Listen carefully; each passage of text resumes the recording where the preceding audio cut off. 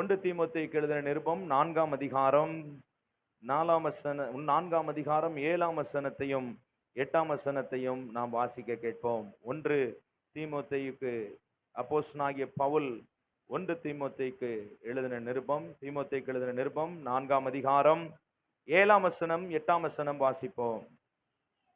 சீர்கேடும் கிளவிகள் பேச்சுமாயிருக்கிற கட்டுக்கதைகளுக்கு விலகி தேவ பக்திக்கு ஏதுவாக முயற்சி பண்ணு. சரீர முயற்சி அற்ப பிரயோஜனம் உள்ளது. தேவ பக்தியானது இந்த ஜீவனுக்கும் இதற்கு பின்வரும் ஜீவனுக்கும் வாக்குத்தத்தம் உள்ளதாகையால் எல்லாவற்றிலும் பிரயோஜனம் உள்ளது. அன்பின் ஆண்டவரே, இன்னைக்கு பேசப்படுகிற வார்த்தைகள் நம்முடைய ஜனங்களை ஒரு விசை பலப்படுத்தும்படி அவர்களுடைய ஆவிக்குரிய வாழ்க்கையை நேர்கோட்டிலே நிறுத்துவதற்கு தேவையான அனைத்து ஆலோசனைகளையும் பரலோக தேவன் தந்து நல்ல ஆசீர்வாதங்களை இந்த வசனத்துக்குள்ளே நம்முடைய ஜனங்கள் கண்டடைய பெற்றுக்கொள்ள நான் ஜெபிக்கிறேன். அடியனை பயன்படுத்தும், உடைய வாயாய் இருந்து என்னை ஆசீர்வதித்து பயன்படுத்தும். உடைய வார்த்தை புறப்பட்டு வரட்டும். என்னை அர்ப்பணிக்கிறேன். இயேசுவின் நாமத்தில் ஜெபிக்கிறோம் நல்ல பிதாவே. அப்போஸ்தலனாகிய பவுல் தீமோத்தேயுவுக்கு 2 முக்கியமான காரியங்களை அவர் வலியுறுத்தி சொல்லுகிறதை பார்க்கிறோம். ரொம்ப முக்கியமான சத்தியம். இந்த காலத்திலே நாம் பெற்றுக்கொள்ள வேண்டிய ஒரு மகிமையான ஆலோசனையா இருக்கிறது. பவுல் தன்னுடைய உத்தம குமாரனாக, தன்னுடைய உடன் ஊழியனாக, ஒரு இளம் போதகனாக, ஒரு இளைஞனாக இருந்த ஒரு தேவ மனிதனுக்கு அவர் சொல்லுகிற ஆலோசனை என்னன்னு கேட்டீங்கன்னா, 1 தீமோத்தேயு அந்த எழுதின நிருபத்துல 4ஆம் அதிகாரத்துல 7ஆம் வசனத்துல வாசிக்கிறோம். தேவ பக்திக்கு ஏதுவாக நீ என்ன செய்ய வேண்டும்? முயற்சி பண்ண வேண்டும். தேவ பக்திக்கு ஏதுவாக என்ன செய்ய வேண்டும்? முயற்சி பண்ண வேண்டும் என்று அவரிடத்துல பேசுகிறார். 2 விதமான முயற்சியை அவர் சொல்லுகிறார். ஒன்று சரீர முயற்சி, இன்னொன்று ஆவிக்குரிய முயற்சி. சரீர முயற்சி அவர் சொல்லுகிறார், சரீர முயற்சி அற்ப பிரயோஜனம் உள்ளது. தேவ பக்திக்கு ஏதுவான ஒரு முயற்சி நம்மிடத்துல என்ன செய்யணும்? இருக்கணும். இன்னைக்கு நம்மிடத்துல சரீர முயற்சி அதிகமா இருக்குது. ஆனா தேவ பக்திக்கு ஏதுவான முயற்சி இன்னைக்கு ஆண்டவர் நம்ம இடத்துல அதை தான் பேசுகிறார். தேவ பக்திக்கு ஏதுவான முயற்சி உங்களிடத்துல இருக்கணும். அப்படி இருந்துச்சுன்னா 2 காரியத்துல ஆண்டவர் உங்களை ஆசீர்வதிக்கிறார். ஒன்னு, இந்த ஜீவனுக்கும் இன்னைக்கு நீங்க வாழ்கிற இந்த இன்மைக்குரிய வாழ்க்கைக்கும் சரி, பரலோக ஆசீர்வாதத்திற்கும் நேராய் வாக்குத்தத்தத்தோடு ஆண்டவர் நடத்துகிற ஒரு ஆசீர்வாதம் தான் தேவ பக்திக்கு ஏதுவாக நீங்கள் முயற்சி செய்யும் பொழுது இந்த 2 நன்மையும் கர்த்தர் உங்களுக்கு கிடைக்க பண்ணுகிறார்.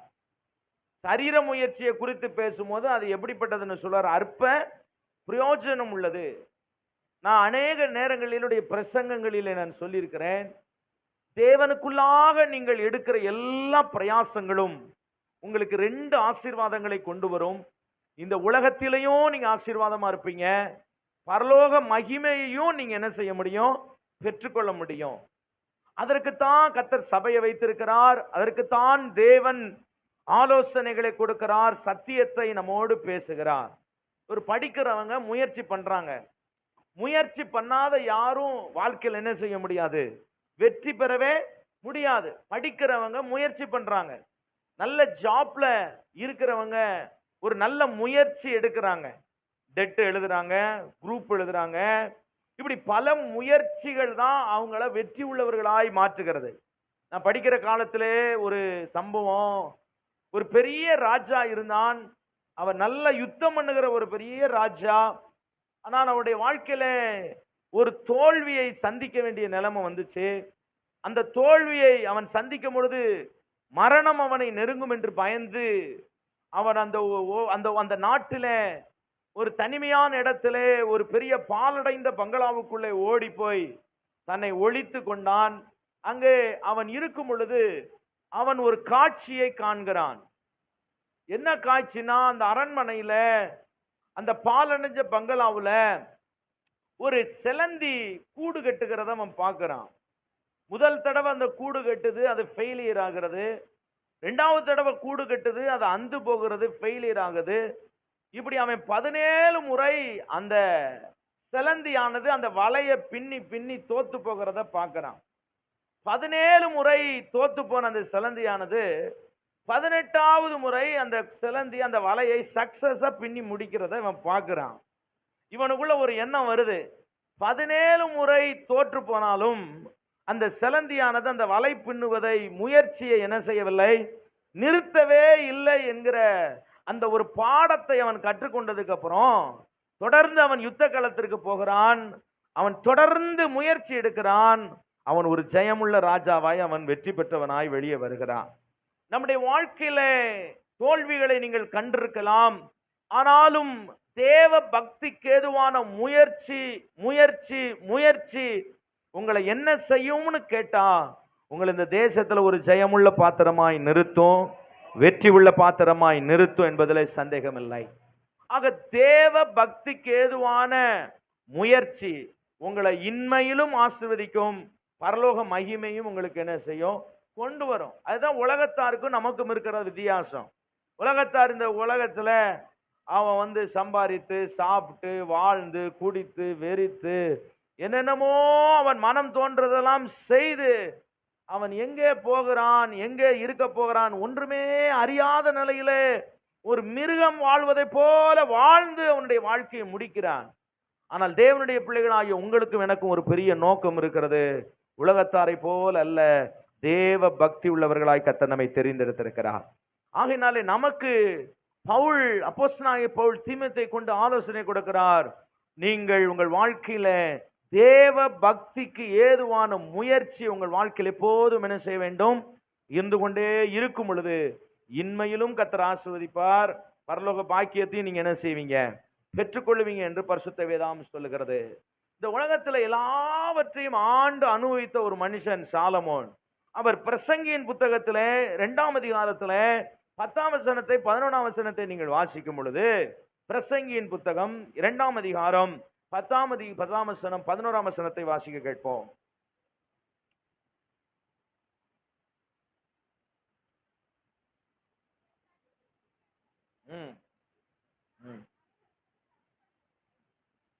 என் கண்கள் இச்சித்தவைகளையும், அவன் சாலமோன் ஞானி சொல்லுகிறான், என் கண்கள் இச்சித்தவைகளில் ஒன்றையும் நான் அவைகளுக்கு தடை பண்ணவில்லை, என் இருதயத்திற்கு ஒரு சந்தோஷத்தையும் நான் வேண்டாம் என்று விலக்கவில்லை. அவன் சொல்லுகிறான், நான் செய்த முயற்சிகள் எல்லாம் என் மனம் மகிழ்ச்சி கொண்டிருந்தது, இதுவே என் பிரயாசங்கள் எல்லாவற்றினாலும் எனக்கு வந்த பலன், என் கைகள் செய்த சகல வேலைகளையும் நான் பட்ட எல்லா பிரயாசத்தையும் கண்ணோக்கி பார்த்தேன், இதோ எல்லாம் மாயையும் மனதுக்கு சஞ்சலமுமாய் இருந்தது, சூரியனுக்கு கீழே நான் பட்ட பாடுகள் பிரயாசத்தின் பலன் ஒன்றுமே இல்லை என்று சொல்லுகிறான். 10ஆம் வசனத்துல பாருங்க, அவன் சொல்றான், என் கண்கள் இச்சித்தவைகளில் ஒன்றையும், சத்தமா சொல்லுங்க, என் கண்களில் இச்சித்தவைகள் ஒன்றையும் நான் என்ன செய்யல, ஒன்றையும் நான் விட்டு வைக்கல, அவைகளை நான் ஒன்றையும் தடை பண்ணல. என் இருதயம் என்னெல்லாம் கேட்டுச்சோ, நல்ல அரண்மனைகளை கட்டினான், நல்ல வீட்டை கட்டினான், சம்பூரணமாய் வாழ்ந்தான், அநேக மனைவிமார்களை அவன் திருமணம் பண்ணினான், அநேக பிள்ளைகளை பெற்றான். இந்த உலகத்திலே அவனை போல ஒரு பணக்காரன், அவனை போல ஒரு செல்வந்தமான ராஜா அதற்கு முன்னும் இல்லை, அதற்கு பின்னும் இல்லை. அப்படிப்பட்டதான செல்வாக்கு உள்ளவன். அவன் முயற்சிகள் எல்லாம், அவன் பிரயாசங்கள் எல்லாவற்றையும் அவன் அனுபவித்தவன் சொல்லுகிறான், என் கைகளினால் நான் பண்ணின முயற்சிகள், என் சரீரத்தினால் நான் பண்ணின முயற்சிகள் எல்லாவற்றையும் இந்த சூரியனுக்கு கீழே உட்கார்ந்து ஒரு நாள் யோசித்து பார்த்தேன். அவ எப்படி இருந்துச்சுன்னு கேட்டா, எல்லாம் மாயையா இருந்துச்சு. எல்லாம் எப்படி இருந்துச்சு, மாயையா. 10 வருஷத்துக்கு அப்புறம் நான் யோசித்து பார்க்கிறேன், 10 வருஷத்துக்கு முன்னாடி இருந்த நம்ம வாழ்க்கையில் நடந்த ஏதாவது ஒண்ணு இன்னைக்கு உங்களுக்கு நினைவு இருக்குதா? சொல்லுங்க பார்ப்போம். ஏதாவது உங்களுக்கு நினைவு இருக்குதா? இந்த சூரியனுக்கு கீழே நீங்கள் பட்ட அத்தனை பிரயாசங்களும், அதுதான் சரீர முயற்சி. உலகத்துல சொல்றான் பாருங்க, நாம் ஒண்ணு சொல்றோம் சில நேரம், ஒரு ஜான் வயிற்றுக்கு தான் சார் அவ்வளவு பாடுபடுறோம் அப்படின்றோம். எதுக்கு பாடுபடுறாங்களா? ஒரு ஜான் வயிற்றுக்கு. அதுல ஒரு பெரிய கவலை, எனக்கு ஒரு நல்ல பிழப்பு இல்லையே, எனக்கு ஒரு நல்ல சேலை இல்லையே, எனக்கு ஒரு நல்ல வீடு இல்லையே. எதுவும் வேணாம் சார், எதுவும் வேணாம் சார். கர்த்தர் கொடுப்பாரு சார், கர்த்தர் கொடுக்கிறப்ப கொடுக்கட்டும் சார். ஆனா நம்முடைய நோக்கம் ஒன்னே ஒன்னாதான் இருக்கணும். இந்த சூரியனுக்கு கீழே நம்முடைய சரீர முயற்சியை காட்டிலும் தேவ பக்திக்கு ஏதுவான முயற்சி தான் நம்மை ஆசீர்வாதத்துக்கு நேராய் நடத்த வல்லமிழதாக இருக்கிறது. கைகளை அசைத்து ஒரு அல்லேலூயா சொல்லுங்க பார்க்கலாம். அல்லேலூயா, அல்லேலூயா, அல்லேலூயா. அப்ப சரீர முயற்சி எடுக்க கூடாதா பாஸ்டர்? சம்பாதிக்க கூடாதா பாஸ்டர்? உழைக்க கூடாதா பாஸ்டர்? ஆனா உங்க வாழ்க்கையில எது ரொம்ப ஹையா இருக்கணும்னு கேட்டா, எது ரொம்ப நீங்க பிரயாசப்படணும்னு கேட்டா, எதுக்கு ரொம்ப முக்கியத்துவம் கொடுத்து பிரயாசப்படணும்னு கேட்டா, தேவ பக்திக்கு ஏதுவான முயற்சி தான் உங்க வாழ்க்கையில பெருசா இருக்கணும். ஆமென் சொல்லுங்க பார்க்கலாம். அல்லேலூயா. அது உங்களுக்கு என்ன செய்யணும் கேட்டா, 2 காரியத்தை செய்யும். இன்மையிலும் நீங்க ஆசீர்வாதமா இருப்பீங்க, பரலோக பாக்கியத்தையும் நன்மையும் நீங்கள் என்ன செய்வீர்கள்? பெற்றுக்கொள்வீர்கள் என்று சொல்லுகிறார். ஆகையினாலே தான் சங்கீதக்காரன் 4ஆம் சங்கீதம் 3ஆம் வசனத்திலே அவர் இப்படி எழுதுகிறார். வாசிக்கலாம். சங்கீதம் 4ஆம் சங்கீதம் 3ஆம் வசனத்தை வாசிப்போம். பக்தி உள்ளவனை கர்த்தர் தமக்காக தெரிந்து கொண்டார் என்று அறியுங்கள். ஆண்டவர் இந்த உலகத்துல யாரை தெரிந்து கொள்ளுகிறார்? வசனம் சொல்லுகிறது, பக்தி உள்ளவனை கர்த்தர் தெரிந்து கொள்ளுகிறார். உங்களை எல்லாம் ஆண்டவர் தெரிந்து கொண்டிருக்கிறார்ல? எத்தனை பேர் சொல்ல முடியும், ஆண்டவர் என்னை தெரிந்து கொண்டார் பாஸ்டர்? நான் உங்களுக்கு சொல்லட்டுமா, இயேசு உங்களை தெரிந்து கொள்ளாவிட்டால் ஒரு நாளும் அவர்கள் எங்க வர முடியாது? சபைக்கு அவர்கள் வர முடியாது. பரிசுத்தவான்களின் ஐக்கியத்தில் அவர்கள் என்ன செய்ய முடியாது? இருக்க முடியாது. விசுவாசிகளின் கூட்டத்திலே அவர்கள் இருக்க முடியாது. வசனம் சொல்லுகிறது, துன்மார்க்கன் நீதிமான்களுடைய சபையில் என்ன செய்வதில்லை? நிலை நிற்பது இல்லை என்று வசனம் சொல்லுகிறது. அப்ப கவனிங்க, ஆண்டவர் யாரை தெரிந்து கொண்டார்? பக்தி உள்ளவனை கர்த்தர் தெரிந்து கொண்டார். உங்களை பார்த்தாரு. உங்களை தாயின் கருவில உருவாவதற்கு முன்பதாகவே உங்களை பார்த்தார். ஒருவேளை தேவன் இந்த பூமியிலே பிறந்ததுக்கு அப்புறம் கர்த்தர் உங்களை பார்த்தார். நீங்கள் வளர்ந்து கொண்டிருக்கிற காலங்களிலே கர்த்தர் உங்களை பார்த்தார். உங்களை பார்க்கும் பொழுது அவர் உங்களிடத்துல என்ன பார்த்தார்? உங்கள் திறமையை அல்ல, உங்கள் படிப்பை அல்ல, உங்கள் மேன்மையை அல்ல. அவர் உங்களிடத்தில் பார்த்தது ஒன்று, இவன் பக்தி உள்ளவனா இருக்கிறான். ஒருவேளை பக்தியை வேற வேற வழியில நீங்க செஞ்சிருக்கலாம். சரியான விதத்திலே ஆண்டவரை, கடவுளை தெரியாதபடி ஏதேதோ கடவுள் என்று சொல்லி நீங்கள் பக்தியை காண்பித்திருக்கலாம். ஆனால் பரலோகத்தின் தெய்வம் உங்களை பார்த்த பொழுது நீங்கள் பக்தி உள்ளவர்கள் என்று கண்டு கர்த்தர் தமக்கென்று கர்த்தர் தெரிந்து கொண்டாராம். அல்லேலூயா சொல்லுங்க. எத்தனை பேர் அதை விசுவாசிக்கிறீங்க? பக்தி உள்ளவன் என்று கண்டு கர்த்தர் என்ன செய்தாராம்? தெரிந்து கொண்டாராம். இந்த வசனத்தை நான் பிரசங்கிக்க வேண்டும் என்கிற ஆழமான ஒரு எண்ணம் எனக்குள்ளே வந்ததற்கு காரணம், மத்தேயு எழுதின சுவிசேஷங்கள் புத்தகங்கள் எல்லாம் படித்துக் கொண்டிருக்கும் பொழுது ஆண்டவராய் இயேசுவை குறித்து ஒரு காரியத்தை சொல்லப்பட்டிருக்கிறது. ஆண்டவராய் இயேசு கிறிஸ்து தெளிவாய் ஒரு விஷயத்தை சொல்லுகிறார். சாரிபாத் என்ற ஊருக்கு தீர்க்கதரிசி போனான். சாரிபாத்திலே அநேக விதவைகள் இருந்தார்கள். ஆனால் அந்த குறிப்பிட்ட ஒரு மகனை வைத்திருந்த ஒரு விதவையின் வீட்டிற்கு கர்த்தர் என்ன செய்தாராம்? எலியாவை என்ன செய்தார்? அனுப்பினார். கர்த்தர் அவங்களை என்ன செய்தாராம்? ஆசீர்வதித்தார். அதை சொல்லிட்டு அடுத்து சொல்றாரு, அந்த தேசத்துல அந்த நாட்களில் அநேக குஷ்டரோகிகள் இருந்தார்கள். ஆனால் சீரியா தேசத்தான் ஆகிய நாகமானை கர்த்தர் என்ன செய்தாராம்? சுகமாக்கினாராம். அநேக விசுவாசிகளிடத்தில் நான் பேசும் பொழுது ஒரு குறிப்பிட்ட காரியத்தை சொல்லுவேன். உங்களுக்கு சுகம் கிடைத்திருக்கிறது. உங்களுக்கு பிசாசின் வல்லமையிலிருந்து கர்த்தர் உங்களை விடுதலை ஆக்கி இருக்கிறார். உங்களை ஆண்டவர் பலவிதமான காரியங்களில் இருந்து தெரிந்து கொண்டார்ல. இது என்னன்னு தெரியுமா? உலகத்துல எத்தனையோ பேருக்கு கிடைக்காத ஒரு விடுதலை, சுகம், ஆசீர்வாதம் உங்களுக்கு கிடைச்சிருக்குன்னா உன்னை புரிந்து கொள்ளுங்கள். நீங்கள் அவர்களை காட்டிலும் மேன்மையுள்ளவர்கள் அல்ல, அவர்களை காட்டிலும் உங்கள் தெருக்களிலே, உங்களுடைய பட்டணத்திலே, உங்களுடைய சொந்த மதத்தின் நடுவிலே கர்த்தருடைய கண்ணு உங்க மேல பட்டு தெய்வம் உங்களை தெரிந்தெடுத்தபடியினாலே அவர் உங்களை கர்த்தர் அழைத்து அவருடைய சபையிலே, ராஜ்யத்திலே கொண்டு வந்து நாட்டி இருக்கிறார். எத்தனையோ பேர் கிடைக்காத விடுதலை உங்களுக்கு கிடைச்சிருக்குது. சாரிபாத்திலே அநேக விதவைகள் இருக்க அந்த குறிப்பிட்ட ஒரு விதவையை மட்டும் கர்த்தர் ஏன் ஆசீர்வதிக்க வேண்டும்? சீரியாவிலே எத்தனையோ குஷ்டரோகிகள் இருக்க அந்த நாகமானை மட்டும் நான் ஏன் விடுதலை ஆக்க வேண்டும்? காரணம், நான் அவனை தெரிந்து கொண்டேன் என்று கர்த்தர் சொல்லுகிறார். எனக்கு டக்குன்னு ஒரு வெளிப்பாடு கிடைச்சிச்சு. இதை குறித்து ஜனங்கள்கிட்ட பேச வேண்டும். தெரிந்தெடுத்தல் என்பது சாதாரணமானதை நீங்க நினைச்சுக்க கூடாது. ஏதோ தற்செயலா நான் அந்த சபைக்குள்ள இயேசுவை ஏற்றுக்கொண்டேன்றது அல்ல. தெய்வம் உங்களை தெரிந்தெடுத்திருக்கிறார். யாருன்னு உங்களை தெரிந்தெடுத்தாருன்னு கேட்டா, உங்களுடைய தகுதி என்னன்னு பார்த்து கர்த்தர் தெரிந்தெடுத்தான்னு கேட்டா, பக்தி உள்ளவனை கர்த்தர் தமக்கென்று தெரிந்தெடுத்தாராம். உங்களுடைய பக்தியை கர்த்தர் பார்த்தபடினால் கர்த்தர் உங்களை தெரிந்தெடுத்தார். அல்லேலூயா சொல்லுங்க பார்க்கலாம். பிரச்சனைகளின் மத்தியிலே, போராட்டங்களின் மத்தியிலே, நிந்தைகளின் மத்தியிலே, அவமானங்களின் மத்தியிலே, பலவிதமான நிலைகளின் மத்தியிலே ஒரே ஒரு காரியத்தை செய்ய வேண்டும். தேவ பக்திக்கு ஏதுவான முயற்சி உங்களிடத்துல இருக்குமானால் ஆண்டவர் என்ன செய்வார்னு கேட்டா, தீமோத்தேயுவே, உன்னை இந்த உலகத்திலேயும் நான் ஆசீர்வாதம் வச்சிருப்பேன், உனக்கு பரலோக நன்மையும் மகிமையும் உனக்கு நான் என்ன செய்வேன்? கொடுப்பேன் என்று கர்த்தர் சொல்லுகிறார். எத்தனை பேர் அதை விசுவாசிக்கிறீங்க? அப்ப பக்கத்துல உங்களை பார்த்து சொல்லுங்க, உங்களை தெரிந்தெடுத்தது எவ்வளவு மேன்மன்னு புரிஞ்சுக்கோங்க. ஆமென் சொல்லுங்க. ஆமா, இந்த தாயில் வீட்டுல இருந்து ஒரு அம்மா வரும். அந்த அம்மா சாட்சியெல்லாம் கேட்டீங்கன்னா அது கோயிலே தான் படுத்து கிடக்குமா. அந்த ஊர்ல வீட்டுக்கே வராதான், சடையெல்லாம் பிடிச்சிருமா. அந்த மாதிரி சூழல் தான் அவங்களுடைய வாழ்க்கை. கோயிலே இருக்குமா. அதனாலதான் இந்த 500 மணி நேர ஜபத்துல யோசித்து பார்த்தேன். தாயில் வீட்டிலிருந்து டெய்லியும் காலையில வந்துருச்சு. இங்க பக்கத்துல இருக்கிற ஆட்களுக்கெல்லாம் கண்ணு மறைஞ்சிருச்சு போல.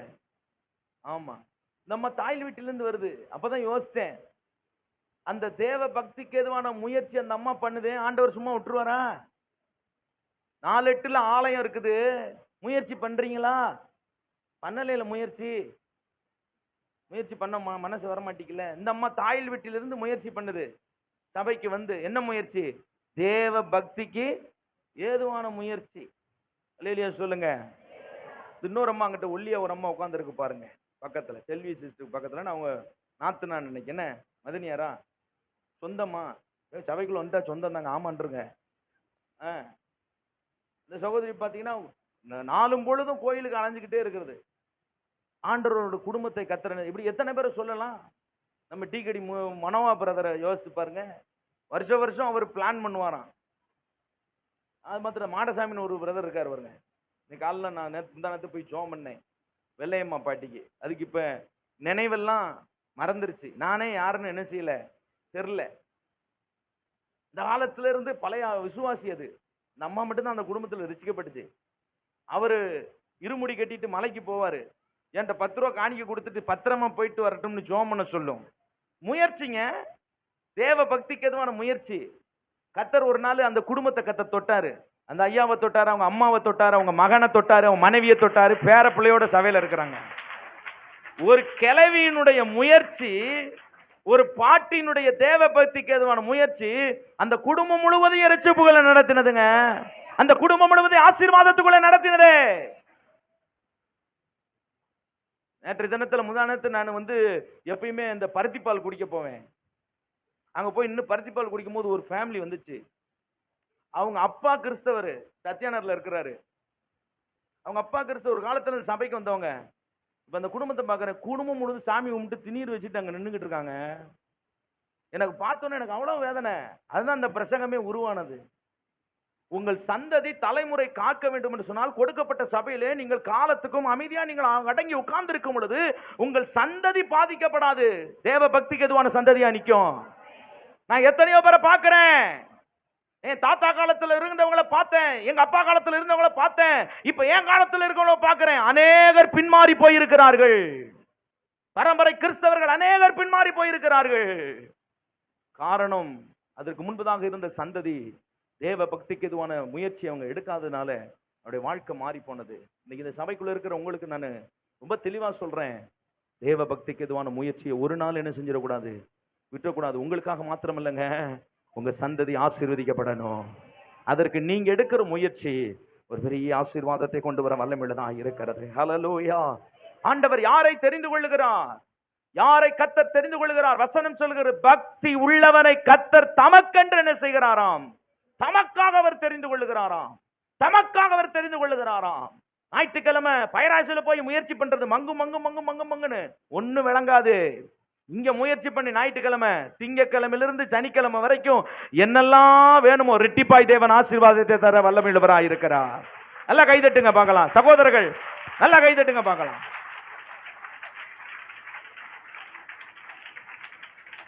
ஆமா, செல்வராஜ் மாமாட்டெல்லாம் சொல்லினேன் போன வாரம். ஒரு அந்த இங்கே பார்த்துட்டு ஆபீஸ்ல பார்த்துட்டு சொன்னேன். ஆமா, வீடு போனுது, காடு வாவானது, கடைசியாவது பக்திக்கு எதுவான முயற்சி என்ன செய்யுங்க, எடுங்க. அல்லேலூயா சொல்லுங்க பார்க்கலாம். ஆமா, ரொம்ப சந்தோஷம். தேவன் நம்முடைய வாழ்க்கையில் நம்முடைய சந்ததியில ஒருவரும் பாதாளத்துக்கு போக கூடாது, பரலோக வாசலை கண்டடைய வேண்டும், அதற்கு முயற்சி எடுக்க வேண்டும். பக்திக்கு எதுவான முயற்சி எடுக்க வேண்டும். நம்முடைய வாழ்க்கை நாம் காப்பாற்றப்பட வேண்டும். ஆண்டவர் பகற்காலத்தில் உங்களோடு பேசுகிறார். பக்தி உள்ளவனாய் நீங்கள் இருப்பீர்களானால் கர்த்தர் தமக்கென்று என்ன செய்கிறார்? சபையை துன்பப்படுத்தினவன், சபைக்கு விரோதமாய் எழும்பினவன், சபைக்கு விரோதமாய் கடிதங்களை வாங்கி கொண்டு ஊழியர்களை அடித்தவன். ஆனால் அந்த பவுலை கர்த்தர் தெரிந்தெடுக்கிறார், தமக்காக தெரிந்தெடுக்கிறார். எதை வைத்து பவுலை தெரிந்தெடுத்தார் என்று கேட்டால் அவர் சொல்லுகிறார், கலாத்தியருக்கு எழுதின நிருபம் 1ஆம் அதிகாரம் 14ஆம் வசனத்தை நீங்கள் வாசிக்கும்படி கேட்கிறேன். கலாத்தியர் 1ஆம் அதிகாரம் 14ஆம் வசனத்தை வாசிப்போம்.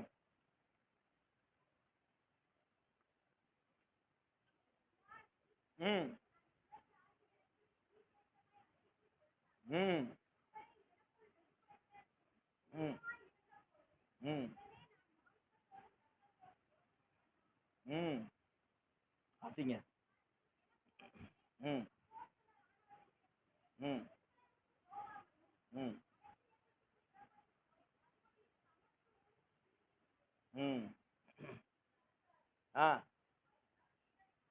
ம் யூத மார்க்கத்திலே தேறினவனாய் என் ஜனத்தாரில் என் வயதுள்ள அநேகரை பார்க்கிலும் யூத மார்க்கத்திலே தேறினவனாய் என் பிதாக்களுடைய பாரம்பரிய நியாயங்களுக்காக என்ன சொல்லப்பட்டிருக்கிறது? சத்தமா சொல்லுங்க. எப்படி வைராக்கியமா?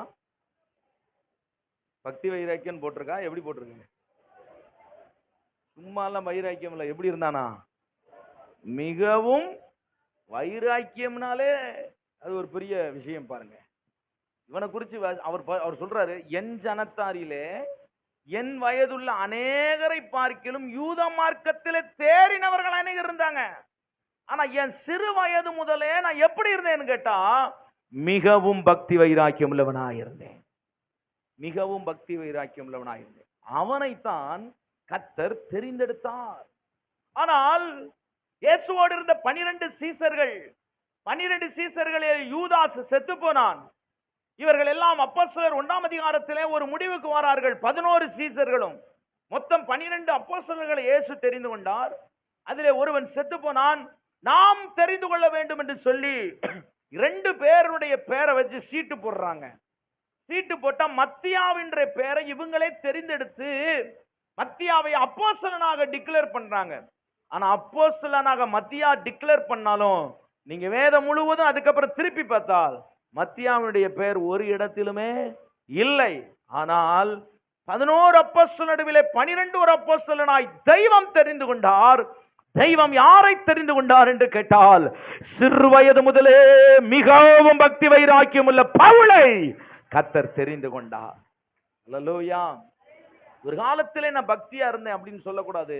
இன்னைக்கும் நான் எப்படி இருக்க வேண்டும் என்று சொன்னால் தேவ பக்தியான முயற்சி. அருமையான தீமோத்தேயுவே, அருமையான உத்தம குமாரனே, என் இளம் போதகனே, என் அருமை விசுவாசியே, உனக்கு நான் சொல்லுகிறேன் தீமோத்தேயுவே, நீ பக்தி வைராக்கியம் உள்ளவனாக இருக்க வேண்டும். நீ தேவ பக்திக்கு ஏதுவான முயற்சி எடுக்க வேண்டும் என்று சொல்றார். நிறைய பேர் நிறைய நேரத்துல நம்ம யாரை பார்த்து சொல்லுவோம்னா ஒழுங்கில்லாதவர்கள், துன்மார்க்கர்கள், கீழ்ப்படியாதவர்களை பார்த்தா சொல்லுவோம், கொஞ்சமாவது பயபக்தியா என்ன செய்ய வாழ்க்கையில இருறான்னு சொல்லுவோம். ஆனா இது யார சொல்றா தெரியுமா? வேத வசனங்களிலே தேறினவன், ஒரு நல்ல தேவ மனிதனா இருந்த தீமோத்தேயுவுக்கு பவுல் சொல்லுகிற வார்த்தை. உன் வாழ்க்கையில சரீர முயற்சி அற்ப பிரயோஜனம் உள்ளதுப்பா. நீ தேவ பக்திக்கு ஏதுவான முயற்சி உன்கிட்ட இருக்கும்னா 2 காரியத்துல நான் உன்னை ஆசீர்வதிப்பேன். ஒன்று, இந்த உலகத்திலும் நான் உன்னை ஆசீர்வதிப்பேன். 2வது, நான் இந்த பரலோக மகிமையை உனக்கு என்ன செய்வேன்? தருவேன். அப்ப தேவ பக்திக்கு ஏதுவான முயற்சியை ஒரு நாள் நீங்க அற்பமா என்ன செய்யக்கூடாது, என்ன கூடாது, அதுல நல்ல முயற்சி பண்ண வேண்டும். அல்லேலூயா. காரணம், யாரதான் கர்த்தர் தெரிந்தெடுக்கிறாரு? யாரதான் கர்த்தர் தெரிந்தெடுக்கிறாரு? யாருக்கு தான் கர்த்தர் உதவி செய்கிறாரு? யாருடைய ஜெபத்தை தான் கர்த்தர் கேட்கிறாரு? யாருடைய ஜெபத்தை தான் கர்த்தர் கேட்கிறாரு? சத்தமா சொல்லுங்க, யாருடைய ஜெபத்தை கர்த்தர் கேட்கிறாரு? யாருடைய ஜெபத்தை கர்த்தர் கேட்கிறாரு? யார் பக்தி உள்ளவன் சார்? தேவனால் தெரிந்தெடுக்கப்பட்டவன் பக்தி உள்ளவன். யார் தெரிந்தெடுக்கப்படுகிறார்? பக்தி உள்ளவனை கர்த்தர் தெரிந்தெடுக்கிறார். அல்லேலூயா சொல்லுங்க பார்க்கலாம். கொஞ்சம் புரியாத மாதிரி இருக்குல்ல? பக்கத்துல உங்களை பார்த்து சொல்லுங்க, யார் பக்தி உள்ளவர்கள்? தேவனால் தெரிந்தெடுக்கப்பட்டவர்கள். யாருங்க தெரிந்தெடுக்கப்பட்டவர்கள்? பக்தி உள்ளவனை கர்த்தர் தெரிந்தெடுக்கிறார். கரங்களை தட்டி இயேசுவுக்கு ஒரு நன்றி செலுத்துங்க பார்க்கலாம். அல்லேலூயா, அல்லேலூயா. கோராகின் புத்திரர்கள் 250 பேர் மோசேயிடத்தில் வந்து சொன்னார்கள், உங்கள் தலையை இஸ்ரவேலின் நடுவில் நீங்கள் உயர்த்துகிறது என்னன்னு கேட்டாங்க. உங்க தலையை நீங்க உயர்த்துகிறது என்ன? உங்ககிட்ட தான் தீர்க்க தரிசனம் வெளிப்படுமா? நீங்க தான் பெரிய ஆளா? உங்க தலையை நீங்க இஸ்ரவேல் மத்தியில உயர்த்துகிறது என்னன்னு சொல்லி கோராகின் புத்திரர்கள் ஒரு கூட்டம் 250 பேர் மோசேக்கு விரோதமா ஃபைட் பண்றாங்க, யுத்தம் பண்றாங்க. லேலியா சொல்லுங்க பார்க்கலாம். பாஸ்டர்னா அண்ணன் பெரியாளா? அங்க 2 கொம்பு முளைச்சிருக்கா? அப்படிலாம் கேட்கிற ஆட்கள் இருக்காங்கல்ல, அந்த மாதிரி ஒரு ஆள் தான் கோராகின் புத்திரர்கள். மோசே சொன்னாரு, 12 கோத்திரமும் வா, ஒரு குச்சை என்ன செய்ய வெட்டிட்டு வா. ஒரு முளை குச்சை என்ன செஞ்சிட்டான்? வெட்டிட்டு வந்தான். எல்லாவனும் தேவ சமூகத்தில் வைங்க குச்சை. எல்லாவனும் எங்க கொண்டு வைங்க? வாதுமை குச்சி. எல்லாம் வெட்டிட்டு வா. எல்லாம் சீவி அழகா வெட்டி கொண்டு வந்து 12 கோத்திரமும் எங்க வந்து வச்சுச்சு? தேவ சமூகத்தில் என்ன செஞ்சிச்சு? வச்சுச்சு. மோசே ஒரு லேவியின் கோத்திரம். இவனுடைய கோத்திரத்தின் சார்பாக ஆரோனுடைய கோல் அங்க என்ன செய்யப்பட்டது? வைக்கப்பட்டது. ஒரு நாள் இரவு எல்லாம் தூங்கினார்கள். காலையில் எழுந்து திறந்து கோலையும் குச்சியும் அங்க போய் பார்க்கும் பொழுது ஆரோனுடைய கோல் மட்டும் தளித்திருந்ததை பார்த்தாரு. தெரிந்து கொள்ளப்பட்டவனுடைய கோல் தளிர்க்கும் என்று பைபிள் சொல்லுகிறது. அல்லேலூயா, அல்லேலூயா, அல்லேலூயா. தெரிந்து கொள்ளப்பட்டவனுடைய கோல் தளிர்த்தது. தளிர்த்தது மாத்திரமல்ல, அது பூ பூத்தது. பூ பூத்தது மாத்திரமல்ல, அது கனி கொடுத்தது. கனி கொடுத்தது. இலைகள் விட்டது, பூ பூத்தது, கனி கொடுத்தது. இலைகள் செழிப்பின் வாழ்க்கையை குறிக்கிறது, பூ பூக்கிறது வெற்றியின் வாழ்க்கையை குறிக்கிறது. கனி கொடுப்பது ஒரு ஆவிக்குரிய கனி உள்ள ஜீவியத்தை காண்பிக்கிறதா இருக்கிறது. நீங்கள் தெரிந்து கொள்ளப்பட்டவர்களாய் இருப்பீர்களே ஆனால் உங்கள் கோல் துளிர்க்கும். சொல்லுங்க பார்க்கலாம். உங்கள் கோல் துளிர்க்கும். உங்கள் கோல் துளிர்க்கும். யாருடைய கோல் துளிர்க்கும்? தெரிந்து கொள்ளப்பட்டவனுடைய கோல் துளிர்க்கும். யார் தெரிந்து கொள்ளப்படுகிறார்? பக்தி உள்ளவனை கர்த்தர் தெரிந்து கொள்ளுகிறார். கர்த்தர் உங்களுக்கு தெரிந்திருக்கணுமா? உங்களுடைய வாழ்க்கையில் எப்போது ஒரு முயற்சி இருக்கணும். தேவ பக்திக்கு எதுவான ஒரு முயற்சி உங்களை ஆசீர்வாதமாய் மாற்றும். ஆசீர்வாதமாய் மாற்றும். இன்னைக்கு இங்க இருக்கிற அத்தனை பேருடைய கோல் துளிர்த்து இருக்கிறது. இங்க இருக்கிற அத்தனை பேருடைய கோல் பூ பூத்து இருக்கிறது. இங்க இருக்கிற அத்தனை பேருடைய வாழ்க்கையை கர்த்தர் கனி உள்ள வாழ்க்கையாய் மாற்ற விரும்புகிறார். அப்படித்தான் தேவன் உங்களை அழைத்திருக்கிறார். உங்களை எல்லாம் இன்றைக்கு சொல்லுகிறார். இந்த 11வது மாதத்தில் இந்த 3வது வாரம் உங்களுடைய 2026 ஆசீர்வாதமாய் இருக்க வேண்டுமானால் உங்கள் முயற்சியை கைவிடாதீர்கள். உங்கள் பக்தியை கைவிடாதிருங்கள். சோதனைகளின் மத்தியிலும், வேதனைகளின் மத்தியிலும், கஷ்டங்களின் மத்தியிலும், நஷ்டங்களின் மத்தியிலும், கண்ணீர்களின் மத்தியிலும் உங்கள் முயற்சியை ஆலயத்துக்கு வருவதை, ஜெபிப்பதை, தேவ சத்தம் கேட்பதை, தேவ திட்டத்துக்கு செவி கொடுப்பதை, தரிசனத்துக்கு நேராய் போவதை, அந்த முயற்சியை ஒரு நாளும் நிறுத்தாதீர்கள். கர்த்தர் உங்களை ஆசீர்வதிக்க வல்லமுள்ளவராய் இருக்கிறார். அல்லேலூயா, அல்லேலூயா, அல்லேலூயா. ஆமென். கர்த்தர்களை ஆசீர்வதிக்க அவர் வல்லமை உள்ள தேவனாய் இருக்கிறார். ஆமென் சொல்லுங்க. கர்த்தர் நல்லவர். நம்முடைய முயற்சி என்ன செய்யக்கூடாது? விடக்கூடாது. சரீர முயற்சி அற்ப பிரயோஜனமானது. தேவ பக்திக்கு ஏதுவான முயற்சி நம்முடைய வாழ்க்கையில் இருந்து கொண்டே இருக்க வேண்டும். யார் என்ன சொன்னாலும், யார் தடுத்தாலும், யார் நமக்கு விரோதமாக என்ன பேசினாலும், நம்முடைய பக்திக்கு ஏதுவான முயற்சி நாம் என்ன செய்யக்கூடாது? விடவே கூடாது. என் பொண்டாட்டி என்ன விட மாட்டேங்கா சார், என் புருஷன் என்ன விட மாட்டேங்கா, இந்த பேச்செல்லாம் பேசவே கூடாது. நீங்க எடுக்கிற முயற்சி தேவ பக்திக்கு எதுவான முயற்சி. வசனம் சொல்கிறது, கர்த்தருக்குள் நீங்க என்ன செய்யணும்? எல்லாருக்கும் நீங்க கீழ்ப்படியணும். அதுதான் நியாயம். ஆமென் சொல்லுங்க பார்க்கலாம். கைகளை உயர்த்தி ஒரு அல்லேலூயா சொல்லுங்க. ஆமென். பக்தி உள்ள தேவனால் தெரிந்து கொள்ளப்பட்ட 3 மனிதனுடைய வாழ்க்கையில் இருந்து சில ஆவிக்குரிய பாடங்களை வேகமா நம்ம கற்றுக்கொள்ள போகிறோம். முதலாவது, சிமியோன் என்கிற ஒரு தேவ மனிதன் ஒரு பக்தி உள்ள தேவ மனிதனா இருந்தான். இவர் யாருன்னு காட்டீங்கன்னா, இயேசு கிறிஸ்து பிறந்த காலத்திலே வாழ்ந்தவர். இரட்சணியத்தின் கொம்பை நான் காண வேண்டும் என்று தன் ஜீவனை பிடித்து கொண்டு இயேசுவின் மேசியாவின் வருகைக்காக காத்திருந்த ஒரு சிமியோனை குறித்து பைபிள் சொல்லுகிறது. அவன் ஒரு ஆசாரியனா இருந்தான். அநேக ஆசாரியர்கள் அந்த காலத்தில் இருந்தார்கள். ஆனால் இந்த சிமியோன் என்று சொல்லுகிறதான ஆசாரியன் அவர்களுக்கெல்லாம் அப்பாற்பட்ட ஒரு மனிதனா இருந்தான். பரிசேயர்களும் சதுசேயர்களும் வாழ்ந்து கொண்டிருக்கிற ஒரு முரட்டாட்டம் உள்ள விரியன் பாம்பு குட்டிகளை என்று யோவான் சானகனால் அழைக்கப்பட்ட ஜனத்தின் நடுவில் ஒரு மனிதன் இருக்கிறான். அவன் பெயர் சிமியோன். அந்த ஆசாரியன் தேவ பக்தி உள்ளவனாய் இருந்தான். அவனுடைய பக்தியினுடைய முயற்சி என்னன்னு கேட்டீங்கன்னா, என் இரட்சணிய கொம்பு, என் மேசியாவை என் கண்கள் காண வேண்டும், அவரை என் கரங்களிலே நான் தூக்கி அவரை நான் பிரதிஷ்டை பண்ண வேண்டும் என்ற அந்த பக்தியின் முயற்சி. இயேசுவை கண்டான், இயேசுவை கையில் எடுத்து பிரதிஷ்டை பண்ணினவன் இந்த சிமியோன் என்கிறதான ஒரு ஆசாரியன். அவ்வளவு பாக்கியமான ஒரு ஆசாரியனாய் ஆண்டவர் அவனை வைத்திருந்தார். இரண்டாவதாக, புறஜாதிகளின் மத்தியிலே முதலாவதாக சுவிசேஷம் வெளிப்படுவதற்கு பெந்தேகோஸ்தே நாளிலே மேல்மாடி அறையிலே பரிசுத்தாவியானவர் இறங்கி வந்தது போல புறஜாதிகளின் நடுவிலே பரிசுத்தாவியானவர் இறங்கி வருவதற்கு காரணமாயிருந்த ஒரு தேவ மனிதன் தான் கொர்நேலியு.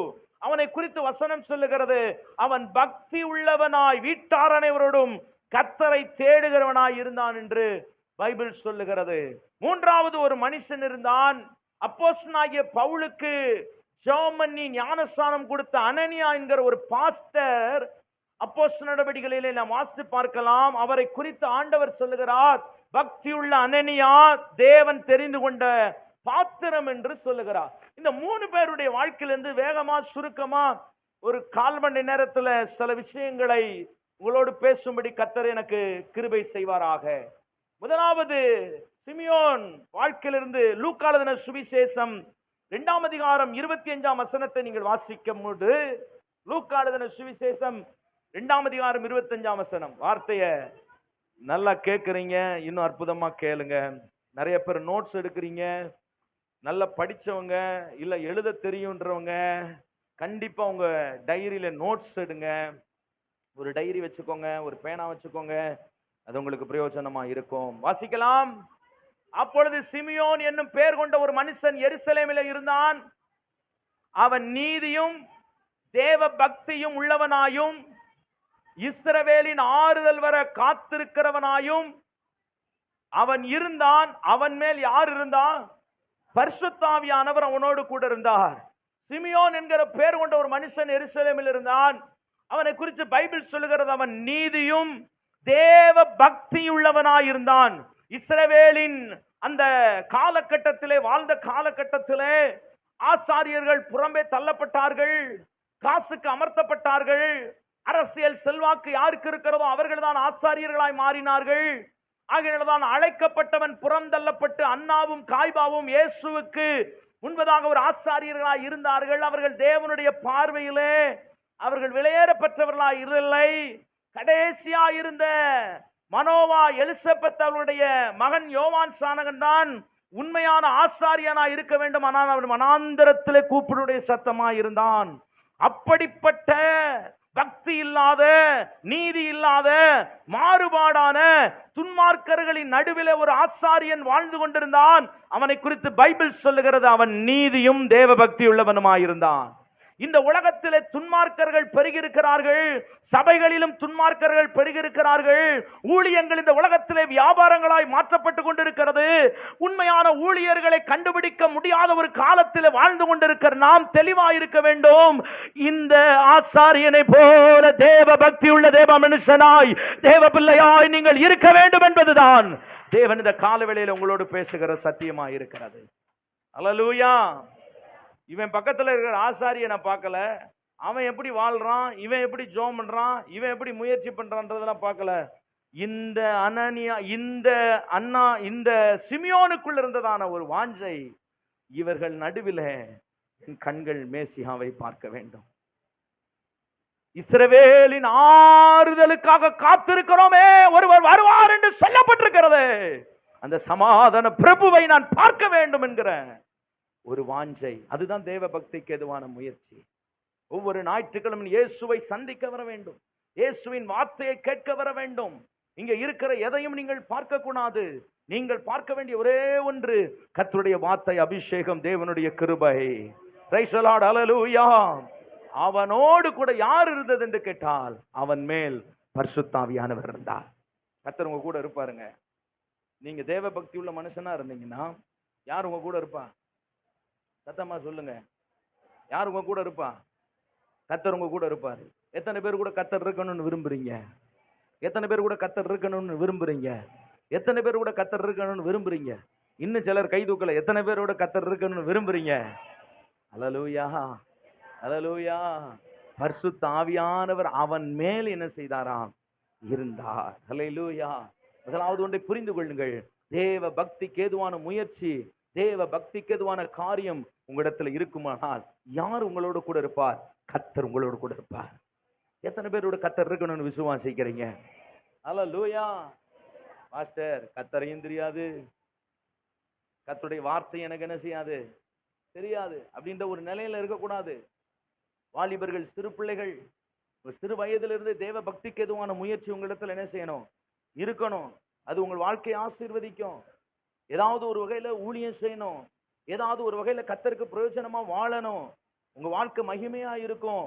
ஏன்னா நீங்க இந்த வயதுல எந்த எதிர்பார்ப்பும் இல்லாம தேவ பக்திக்கு எதுவான முயற்சி உங்களை எங்க கொண்டு போய் நிறுத்தும்னா, உச்சத்துல மகிமையில கர்த்தர் கொண்டு போய் நிறுத்துவாரு. உங்க வாழ்க்கையில நீங்க தேவ பக்திக்கு எதுவான முயற்சி இருக்குமானால் கர்த்தருடைய ஆவியானவர் உங்களோடு கூட என்ன செய்வாரு? இருப்பாரு. அல்லேலூயா.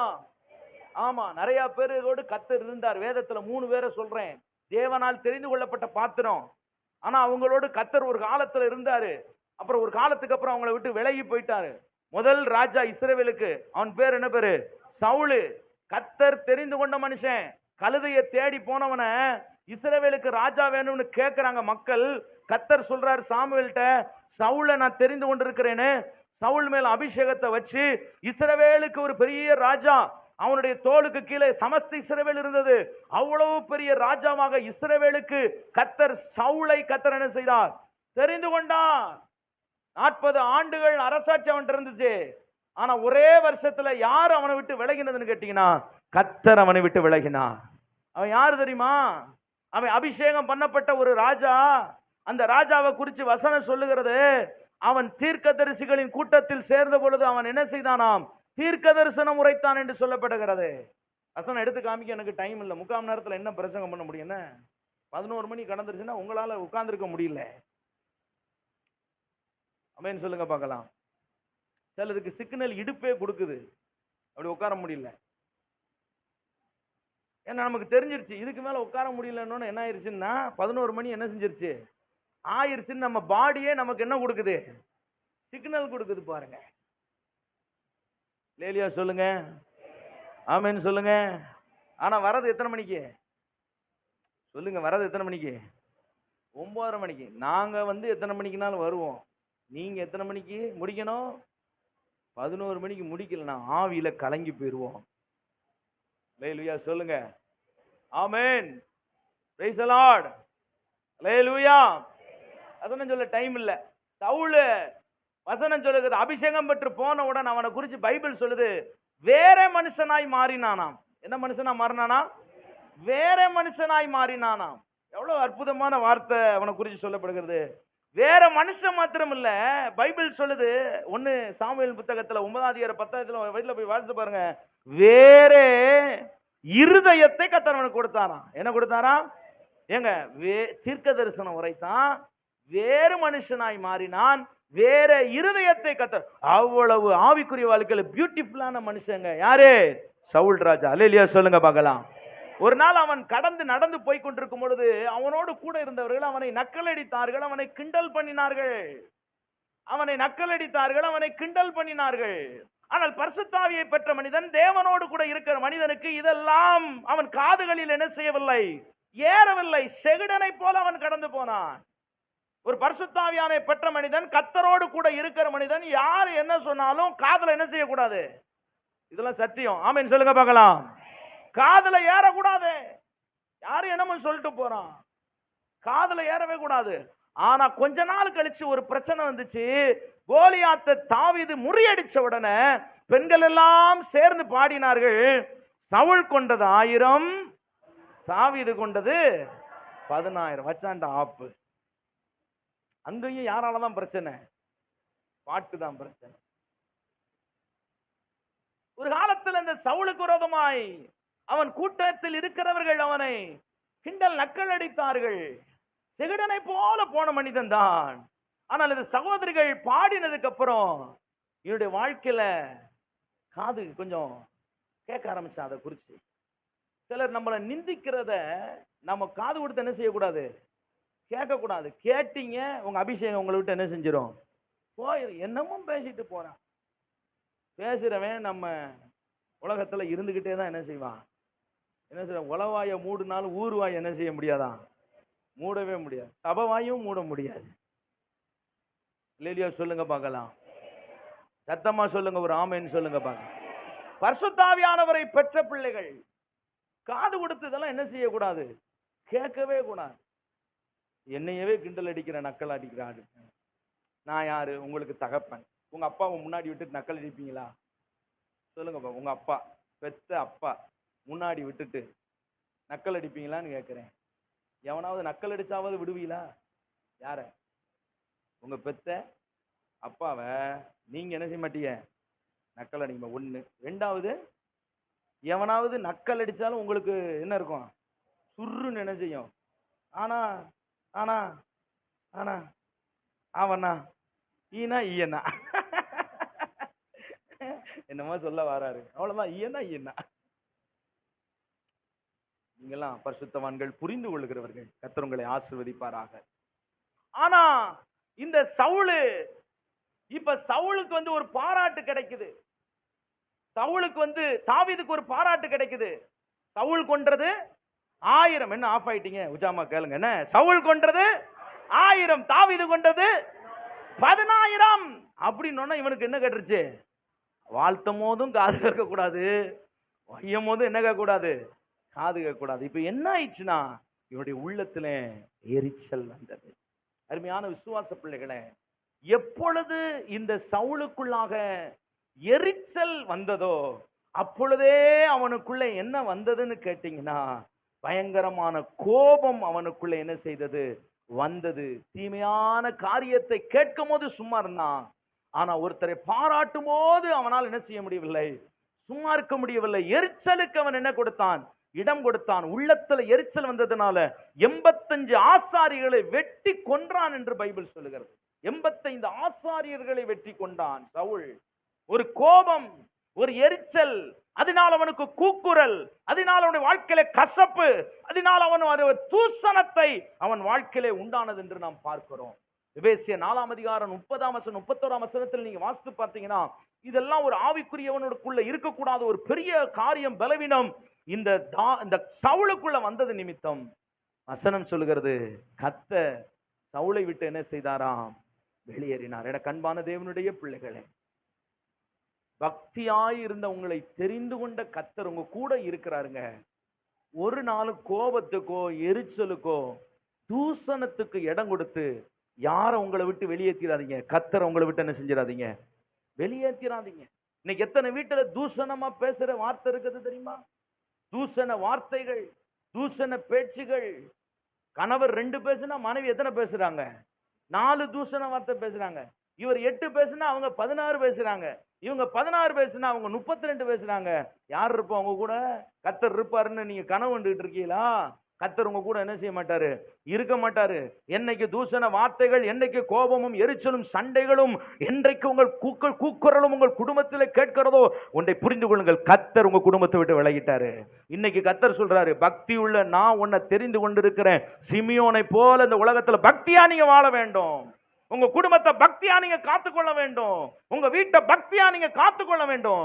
யார் இருப்பார்னு கேட்டா, பக்தி உள்ள சிமியோனோடு கர்த்தர் பரிசுத்தாவியானவர் கூட இருந்தாரு. ஆமென் சொல்லுங்க பார்க்கலாம். ஹல்லேலூயா. சில பாட்டிமாருங்க நல்லா தலையாட்டுறாங்க. நல்லா சொல்லுங்க ஐயா, இன்னும் 1 மணி நேரம் கூட எடுத்துக்கோங்க ஐயா, ஆழமா சொல்லுங்க ஐயா, அவளுக்கு உரைக்கிற மாதிரி சொல்லுங்க ஐயா, இப்படிலாம் அவங்க தலையாட்டுறாங்க. ஆமென் சொல்லுங்க பார்க்கலாம். உங்களை எல்லாம் வையணும்னு எனக்கு நோக்கம் இல்ல. இந்த சிவகாசி பட்டணத்தில் பெராசிம் சபைன்ற ஒரு சபை இருக்கிறது. அங்க இருக்கிற ஜனங்கள் பக்தி உள்ள ஜனங்கள்.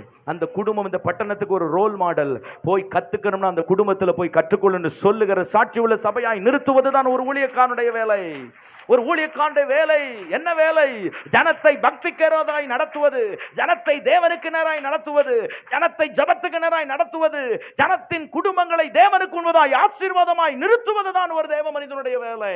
அல்லேலூயா, அல்லேலூயா, அல்லேலூயா. தேவன் தெரிந்து கொண்ட பாத்திரம் சிம்சோன் என்கிற தேவ மனிதன். 1000 பேரை ஒரு தாடை எலும்பை எடுத்து கொன்று போட்டவன், கோட்டை சவருடைய வாசலை தன் கைகளால் பயத்து கொண்டு போனவன், சிங்கத்தை அடக்கினவன், சிங்கத்தின் வாயை கிழித்தறிந்த ஒரு தேவ மனிதன் தான் சிம்சோன். எனக்கு அருமையான தேவனுடைய பிள்ளைகளே, தேவ பக்தி உள்ள தாய்க்கும் தகப்பனுக்கும் பிறந்தவன் தான் சிம்சோன். தேவனால் தெரிந்து கொள்ளப்பட்ட மனுஷன் சிம்சோன். பேலியாளுகளின் மனிதர்களை அடக்கினவன், சிங்கத்தை அடக்கினவன், 1000 பேரை ஒரு தாடை எலும்பினால் கொன்று போட்டவன், தன்னை அடக்காமல் போனது நிமித்தம். யார் அடக்கல? பட்டணத்தை பிடிப்பதை பார்க்கிலும் தன் மனதை அடக்குகிறவன் உத்தமன். 100 வீட்டை கட்டுவதை பார்க்கிலும் ஒழுங்காய் இருப்பது, 1000ங்களை சம்பாதிப்பதை காட்டிலும் உத்தமமாயிருப்பது. நம்ம சொல்ல பேச மாட்டேங்கிறீங்க இல்லையா? சொல்லுங்க பார்க்கலாம். அல்லேலூயா. எதை அடக்கணும்? மனசை அடக்கணும். ஊழியக்காரனா இருந்தாலும் பவுல் சொல்லுகிறார், பிரசங்கிக்கிற நானே ஆகாதவனாய் போகாதபடிக்கு என்னை அடக்கி நான் அவருக்கு என்ன செய்கிறேன்? கீழ்ப்படுத்துகிறேன். இன்னொரு பைபிள்ல இன்னொரு மொழிபெயர்ப்பு சொல்லுகிறது, என்னை அடக்குவதற்கு சுத்தியலை கொண்டு அடிக்கணுமா. அல்லேலூயா சொல்லுங்க பார்க்கலாம். அடங்கலனா எதை வச்சு அடிக்கணுமா? பைபிள் சொல்லுது. அல்லேலூயா சொல்லுங்க பார்க்கலாம். ஆமென் சொல்லுங்க. எதை அடக்கணும்? சொல்ல மாட்டேங்கிறீங்க. மனதை என்ன செய்யணும்?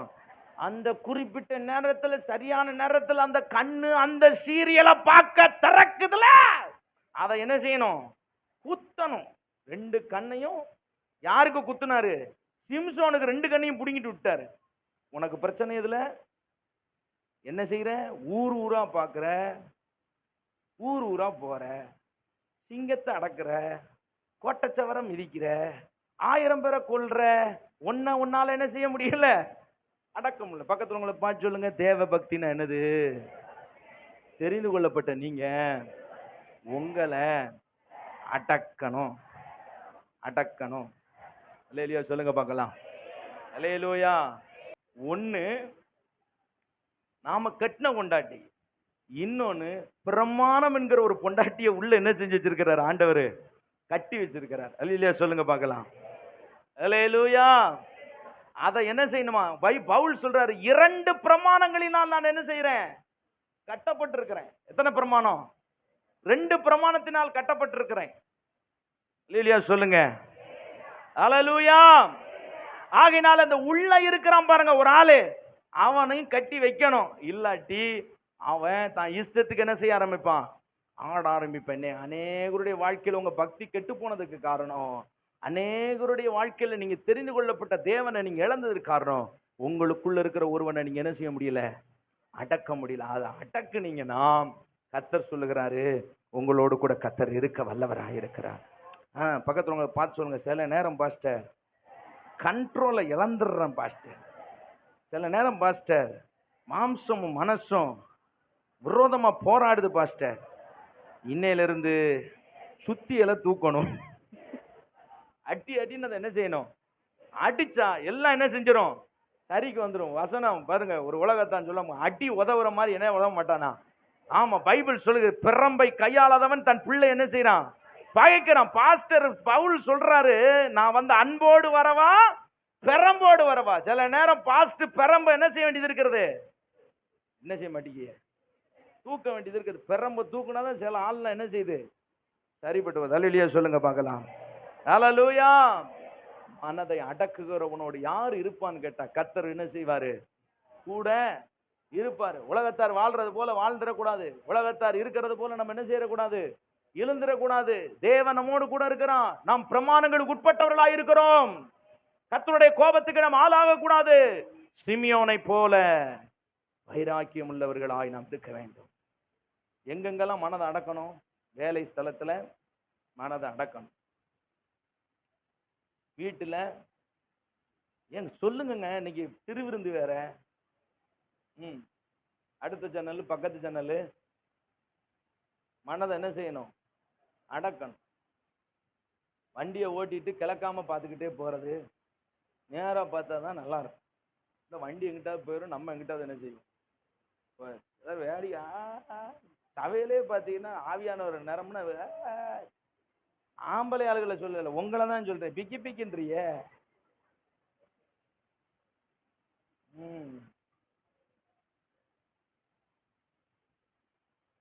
இல்லையா? சொல்லுங்க. பட்டணத்தை பிடிப்பவனை பார்க்கிலும் எதை அடக்கணுமா? மனதை அடக்குகிறவன் உத்தமனா இருக்கிறான். நோவா ஒரு நீதிமான் என்று வசனம் சொல்லுகிறதுல நோவா கர்த்தர் அவனை ஆசீர்வதித்தார். அவனை கூப்பிட்டு சொன்னாரு, நீ பழுகணும்பா, நீ பெருகணும்பா, நீ ஆசீர்வாதமா இருக்கணும்பா. கர்த்தர் அவனை ஆசீர்வதித்தார். ஒரு தோட்டத்தை வாங்கினான். தோட்டத்தை வாங்கி திராட்சை பயிரிட்டான். திராட்சை ரசத்தை பிழிந்தான், திராட்சை ரசத்தை வச்சான். திராட்சை ரசத்தினுடைய பூரிப்பினாலே குடித்து அது என்னவாய் மாறினதுன்னு கேட்டான். செல்வம் தம்பி கிதியோன், உட்காருங்க. என்னவா மாறுச்சுன்னு கேட்டீங்கன்னா, குடித்து அவன் என்ன செய்ய ஆரம்பித்தான்?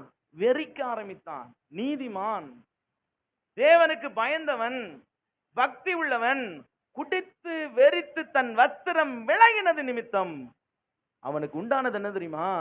அவனுடைய குடி என்ன செஞ்சிச்சு தெரியுமா? கானான் என்கிற அவனுடைய மகனை சாபத்துக்குள்ளாய் நடத்தினது. யாருங்க? நோவா. நீதிமான், உத்தமன், தேவனுக்கு பயந்தவன், ஆசீர்வதிக்கப்பட்டதான ஒரு மனிதன். ஆசீர்வாதம் அவனுடைய வாழ்க்கையில வந்து நிலங்களை வாங்கினான், பிளங்களை வாங்கினான், செல்வாக்குள்ள மனிதனாய் மாறினான், ஆசீர்வாதங்களை மாறினான், தோட்டங்களை வாங்கினான், துறவுகளை வாங்கினான், திராட்சைகளை நட்டினான், திராட்சைகளை பிழிந்தான், ஆலையாய் உண்டாக்கினான், கடைசியில் அதை வைத்து குடித்தான்.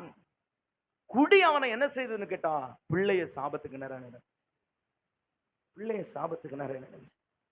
ஒரு ஆசீர்வாதமான ஒரு மனுஷன் தன் பிள்ளையை, ஒரு நீதிமான் குடிச்சது நிமித்தம் அவன் வீட்டின் மேல் என்ன வந்துச்சுன்னு கேட்டீங்கன்னா, சாபம் வந்துச்சு.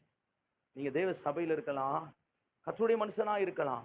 கர்த்தருடைய மனுஷன் தான் நோவா, தேவனுக்கு பயந்தவன் தான் நோவா, நீதிமான் தான் நோவா.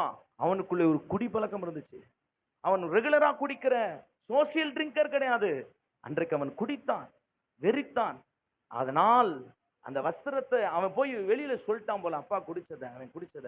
அதனால ஒரு பிள்ளைங்க பின்னாடி கூட வந்து அவன் மேல ட்ரெஸ் வஸ்திரத்தை மூடினாங்க. கானான் நல்லதுதான் செஞ்சான், ஆனா அந்த குடி வெறி கானான் மேல அவனுக்கு கோபம் வந்ததுனால அவன் என்ன செய்தாங்க? சபித்தான். உபாகமம் 29ஆம் அதிகாரம் 19ஆம் வசனத்தை வாசிக்கும்படி கேட்கிறேன். உபாகமத்தின் புத்தகம் 29ஆம் அதிகாரம் 19ஆம் வசனத்தை வாசிப்போம். வாசிங்க வேகமா.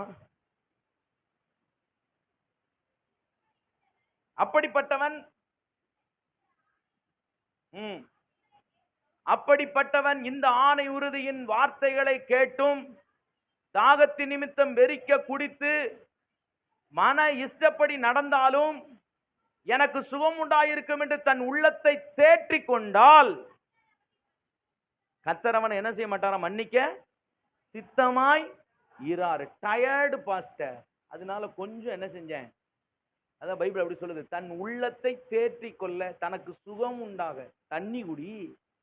தாகத்துக்கு என்ன குடிச்சிருக்கணும்? தண்ணி குடிச்சிருக்கணும். வெறிக்க உன்னை யார் குடிக்க சொன்னா? பைபிள் சொல்லுது, அவனை கர்த்தர் என்ன செய்ய மாட்டாராம்? இந்த சத்தியத்தை தெரிந்ததுக்கு அப்புறம் உங்களுக்கு கிடைச்ச சத்தியத்துல நீங்க உறுதியா இருக்கணும். உங்களுக்கு கிடைச்ச சத்தியத்துல நீங்க உறுதியா நின்னீங்கன்னா, பலன் கேளுங்க ஆண்டவர்ட்ட. பலன் கேளுங்க. ஆண்டவரே, எனக்கு பலன் தாரும். எனக்கு இப்படிப்பட்ட சுபாவம் இருக்குது, தயவு செய்து என்ன மன்னியும். என்னை பலப்படுத்துங்க ஆண்டவரே. பலப்படுங்க, பலப்படுங்க. எவ்வளவு காலம் ஞானஸ்நானம் எடுத்தும் திருவிந்து எடுக்காம ஓடுவீங்க? பலப்படுங்க ஐயா, பலப்படுங்க. இயேசு சீக்கிரமாய் வருகிறார். இயேசு யாரை தெரிந்து கொள்ள வருகிறார்? பக்தி உள்ளவனை, தெரிந்து கொள்ளப்பட்டவனை கூட்டி சேர்க்கும்படியாய் வருகிறார். இன்னும் ஒரு காலம் இல்லை, இயேசு சீக்கிரமாய் வருகிறார். அந்த மணவாளனை சந்திக்க ஆயத்தப்பட வேண்டாமா? உங்க வாழ்க்கையில் எவ்வளவு காலம் தான் நீங்கள் இந்த பலவீனத்தோடையே போராடி கொண்டிருப்பீர்கள்? தெய்வம் பலவீனத்தில் உள்ளவர்களுக்கு அவர் இறங்க வல்லமுள்ளவராயிருக்கிறார். அவர் இறங்க வல்லமுள்ளவராயிருக்கிறார். உங்களை பச்சமாய் கேட்கிறேன், உங்களுக்கு தயவாய் கேட்கிறேன். இந்த உபதேசம் உங்களுக்கு கடினமாய் இருக்கலாம். இன்றைக்கு நான் பேசுகிற வார்த்தை உங்களுக்கு விசனத்தை உண்டாக்கலாம், உங்களை பாரப்படுத்தலாம், உங்களை உணர்த்தலாம். உங்களை பச்சமாய் நான் கேட்கிறேன். தேவ பக்தி உள்ளவராய் நீங்கள் இருக்கும் பொழுது ஒரு கானான் ஆசீர்வாதமாய் மாறி இருக்க வேண்டியவன், ஒரு தகப்பனுடைய ஒரு குடிவிரி கானானை அவன் என்ன செய்தான்? அந்த கானான் என்ன செய்தான்? அவனுடைய சாபம் அவன் வீட்டின் மேல் வந்ததே இந்த நோவாவோடு. கர்த்தர் இருந்தார் ஒரு காலத்தில், ஆனால் அவனை குடித்து வெறித்த பொழுது அவன் குடும்பத்திற்கு சாபத்தை அவன் வாங்கி கொண்டான். பிரியமானவர்களே, நீங்கள் தேவ பக்தி உள்ளவர்கள் என்பதை மறந்து போகக்கூடாது. நீங்கள் தேவ பக்தி உள்ளவர்கள் என்பதை நீங்கள் மறந்து போகக்கூடாது. கர்த்தர் இந்த காலை வேளையில் உங்களோடு பேசுகிறார். ஆண்டவரே, நீர் என்னை தெரிந்து கொண்டு இருக்கிறீரப்பா, என்னை அழைத்திருக்கிறீர். ஆண்டவரே, என் வாழ்க்கையில தேவ பக்திக்கு எதுவான முயற்சி இன்னும் என் வாழ்க்கையில பெருகட்டும். ரெண்டாவது ஒரு மனுஷனை நான் சொன்னேன், அவன் பேர் தான் கொர்நேலியோ. அவன் பேர் தான் கொர்நேலியோ. கொர்நேலியோவை குறித்து அப்போஸ்தலர் 10ஆம் அதிகாரத்திலே ரொம்ப தெளிவாய் 2வது வசனத்திலே சொல்லுகிறது. அப்போஸ்தலர் நடபடிகள் 10ஆம் அதிகாரம் 2ஆம் வசனத்திலே ஆண்டவர் தெளிவாய் இந்த கொர்நேலியோவை குறித்து ஆண்டவர் எழுதி வைத்திருக்கிறார். அவன் தேவ பக்தி உள்ளவனும் தன் வீட்டார் அனைவரோடும் தேவனுக்கு பயந்தவனுமாயிருந்து ஜனங்களுக்கு மிகுந்த தர்மங்களை செய்து எப்போதும், ஆமா, இந்த தேவ பக்திக்கு எதுவான முயற்சி என்ன தெரியுமா? இந்த கொர்நேலியோ வாழ்க்கையில கத்துக்கொள்ளலாம். ஒரு தேவ பயமுள்ள மனுஷன். அந்த ரெண்டாவது என்ன இருந்துச்சு பாருங்க, தர்மங்களை, தான தர்மங்களை செய்யறோம். மூணாவது அவனுடைய வாழ்க்கையில் என்ன இருந்துச்சுன்னா, ஜெபம் பண்ணுகிற தேவ பக்தி உள்ளவங்களா இருந்தீங்கன்னா இந்த 3 உங்ககிட்ட இருக்கணும். பக்கத்துல உங்களை பார்த்து சொல்லுங்க, நீங்க தேவ பக்தி உள்ள ஆளா இருந்தா, 1, வீட்டார் அனைவரோடும் யாருக்கு பயப்படணும்? சொல்லுங்க, யாருக்கு பயப்படணும்? தேவன். 2வது என்ன செய்யணும்? மிகுந்த தான தர்மம் செய்யணும், தர்மம் செய்யணும். 3வது ஜெபிக்கணும். இந்த 3 குவாலிட்டி உங்ககிட்ட இருந்துச்சுன்னா நீங்க யாருன்னு கேட்டா தேவ பக்தி உள்ளவன். அல்லேலூயா. இவனுக்கு தேவ பயம் இருந்துச்சு, 2வது இரக்க குணம் இருந்துச்சு. நீங்க நிறைய பேருக்கு இரக்க குணமே என்னது இல்ல. பெற்றோரை பார்த்தாலே இரக்க குணம் வர மாட்டேங்குது. ஒருத்தன் சொல்றான், எங்க அப்பா எனக்கு என்ன செஞ்சாரு, அவர் எதுக்கு நாங்க பார்க்கணும் அப்படின்றான். இல்லை, உன்னை பெத்தார்ல, உன்னை கொசு கடிக்காம ஈ கடிக்காம வளர்த்தார்ல, எப்படியோ உனக்கு சோறு ஓட்டு உன ஒரு நல்ல மனுஷனா என்ன செஞ்சார்ல, மாட்டினார்ல. வாடகையை கெட்டி லாட்ஜில் ரூம் எடுத்து தங்கினா கூட டெய்லி என்ன உண்டு? ஃபீஸ் உண்டு. அவனை தினந்தோறும் அவர் உன்னை என்ன செஞ்சாரு? சோப்பு வாங்கி கொடுத்து குளிப்பாட்டி எல்லாம் கொடுத்து உன்னை வீட்டில் உன்னை என்ன செஞ்சாரு? ட்ரெஸ் வாங்கி கொடுத்து உன்னை வச்சார்ல. அதுக்காக நீ என்ன செய்ய? நன்றியாரா? அவன் சொல்றான், அதெல்லாம் கடமை. அதெல்லாம் என்னது? கடமை. போய் பாரு, பெத்து தெருவில் போட்டுட்டு அநாத ஆசிரமத்தில் இருக்கான்ல, அந்த பிள்ளைங்கிட்ட போய் நீ கேட்டு பாரு, கடமை அப்படின்னு சொல்லி பாரு. அதுக்கு தெரியும் வேதனை. உங்களுக்கு சகல சௌகரியமும் இருந்து நல்லா இருந்து உங்களுக்கு எல்லாம் கொடுத்தா உங்க பெற்றோரை நீங்க என்ன செய்யறது இல்லை? மதிக்கிறது இல்லை. உங்களுக்கு என்ன தெரியும்? நொப்பா. என்னவா சொல்லுங்க சத்தம்மா. உங்களுக்கு என்ன தெரியும்? நொப்பா. என்ன தெரியும்? நொம்மா. ஆத்தால போச்சு சொல்லு. யார் பேசுறது? யார் பேசுறது? ஏங்க யார் பேசுறது? செக்கினா யார் பேசுறது அப்படின்னா அவ பேசுறான்னு சொல்லு. அவ பக்கத்துல பேசிட்டு இருக்கா. சொல்லுங்க, யார் பேசுறது? என்னன்னு யார் பேசுறது? பயபக்தியா இருக்க பாரு. பேரண்ட்டுக்கு பயபக்தியா இருக்க பாரு. அது உங்க வாழ்க்கையை ஆசீர்வாதமா நடத்தும். ஆமாவா இல்லையா? என்ன சொல்ல மாட்டீங்க? ஆமாவா இல்லையா? 2வது பேரண்ட் பாஸ்டும் பாஸ்டமாவும். நீங்க எந்த வயதினராகவும் இருக்கலாம். நாங்க தான் உங்களுக்கு பாஸ்டர்மா பரலோகம் போற வரை உங்க தலைவிதி எப்படி? அல்லேலூயா சொல்லுங்க, ஆமென் சொல்லுங்க. அல்லேலூயா, அல்லேலூயா. இவன் வீட்டிலையும் பயந்த மனுஷன், தேவனுக்கு பயந்த மனுஷன். வெளியில அவனை பார்த்து சொல்றாங்க கொர்நேலியு ஒரு இரக்கமுள்ள மனுஷன். அப்புறம் அவனை பார்த்து சொல்றாங்க தனிப்பட்ட வாழ்க்கையில அவருக்கு என்ன இருந்துச்சு? ஜெபிக்கிற பழக்கம் இருந்துச்சு. கைகள் வைத்து அல்லேலூயா சொல்லுங்க பார்க்கலாம். அல்லேலூயா. இந்த 3 காரியமும் அவனுக்குள்ள என்னத்தை உண்டாக்குச்சுன்னு கேட்டீங்கன்னா, தேவ பக்தி முயற்சி அவனுக்குள்ள என்ன செஞ்சுச்சு? இருந்துச்சு. எத்தனை பேர் விசுவாசிக்கிறீங்க? அதனால பக்கத்துல உங்களை பார்த்து இரக்கமா இருங்கன்னு சொல்லுங்க. தேவ பக்திக்கு ஒரு காரியம் இரக்கம். இறங்கணும். என்ன செய்யணும்? இறங்கணும். இல்லையா சொல்லுங்க பார்க்கலாம். 2 பிள்ளைங்க அப்பா அம்மா விளையாண்டுக்கிட்டு இருந்தாங்க. நான் பார்த்த ஒரு விஷயம். அப்பா அம்மா விளையாட்டு 2 பிள்ளைங்க என்ன செய்றாங்க? விளையாண்டுக்கிட்டு இருக்காங்க. அது சொல்லுது நீ அப்பா நானு அம்மா அப்படின்னு சொல்லி அப்பா அம்மா விளையாண்டுட்டு இருக்காங்க. அப்ப அது என்ன செய்யுதுன்னா, செப்பு பாத்திரம், அந்த மண்ணு பாத்திரம் இருக்குல்ல, மண்ணு பாத்திரம் வச்சிருக்குது. மண்ணு பாத்திரத்துல குழம்பு வச்சிருக்குது. மண்ணு பாத்திரத்துல அந்த சாப்பாடு பாத்திரம் வச்சிருக்குது. மண்ணு பாத்திரத்துல என்ன வச்சிருக்குது? காய்கறி பாத்திரம் வச்சிருக்குது. எல்லாத்துலயுமே மண்ணு தான் இருக்குது. குழம்பு சட்டிலையும் மண்ணு, சோத்து பானையிலையும் மண்ணு, காய்கறி பானையிலையும் மண்ணு. இது விளையாடுது, அப்பா அம்மா விளையாடுது. அப்போ ஒருத்தர் என்ன செய்யறாரு அப்படின்னா, பிச்சை கேட்க வராரு. அம்மா சோறு ஓடுங்க, ஐயா தர்மம் பண்ணுங்க அப்படின்னு சொன்னோன்னே, அந்த குழம்பு சட்டியை கிண்ணிக்கிட்டு இருந்த பிள்ளை என்ன சொல்லுதுன்னா, சீப்பா சீப்பா அப்படிங்குது. யாரை பார்த்து? அந்த பிச்சை கேட்டு வந்த மனுஷனை பார்த்து என்ன சொல்லுது? சீப்பா அப்படின்னு சொல்லுது. அப்ப நான் அப்ப கொஞ்சம் சின்ன ஒரு அளவுக்கு, நான் ஒரு வயசு.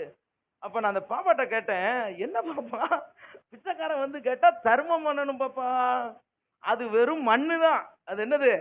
மண்ணு. அந்த பிள்ளை சொல்லுது, இல்லனே எங்க வீட்டுக்கு தான தர்மம் கேட்டு பிச்சை கேட்டு வந்தா எங்க அம்மா சீப்போன்னு சொல்லும். அம்மா என்ன சொல்லும்? சீப்பா. யார் சொல்றது? அம்மா. அல்லேலூயா. இரக்கம் எங்க இருந்து ஆரம்பிக்க தெரியுமா? பெற்றோரை பார்க்கிற பிள்ளைகளுக்கு இரக்கம் ஏன் இல்லை தெரியுமா? உங்க பிள்ளை கொடூரமா இருக்கான்னா காரணம் யாரு கிடையாது, அவன் கிடையாது. உங்க கொடூரம் தான் அவனை கொடூரமான மாத்தி வச்சிருக்குது. அல்லேலூயா, ஆமென் சொல்லுங்க. சத்தம் ஒரு அல்லேலூயா சொல்லுங்க பார்க்கலாம். நல்ல ஒரு அல்லேலூயா சொல்லுங்க பார்க்கலாம். அல்லேலூயா. சீப்போ. என்னடா சீப்போ அப்படின்னா, எங்க அம்மா அப்படிதான் பிச்சைக்காரங்க வந்தா என்ன செய்வாங்க சொல்லுவாங்க. இறக்கம் இருக்கா? இறக்கம் இருந்தால் கொஞ்சம் கஷ்டம் இருக்கும். எனக்கு கொஞ்சம் எங்கள் அம்மாட்ட இருந்து நான் இறக்கத்தை கற்றுக்கொண்டேன். எங்கள் அம்மா யாருனாலும் கடன் கூட வாங்கி கொடுத்துருவாங்க.